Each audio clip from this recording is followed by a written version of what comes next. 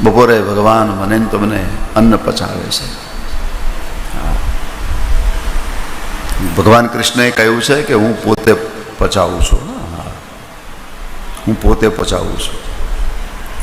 અને એના માટે ભગવદ્ ગીતામાં કૃષ્ણએ શબ્દ વાપર્યો છે અહમ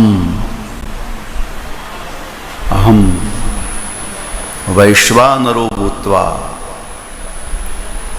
આપણા શરીરમાં એક અગ્નિ છે, એનું નામ છે વૈશ્વાનર. હા, એ આપણા શરીરને મેન્ટેન કરે છે. હા, 98, 99, 98, 98, 99. હા, એક બે આમ તેમ થાય.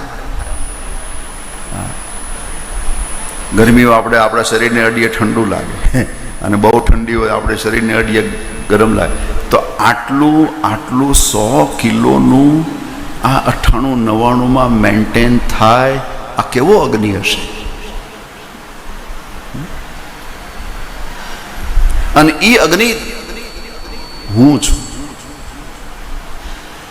અને ખાધેલા અન્નને પચાવું છું.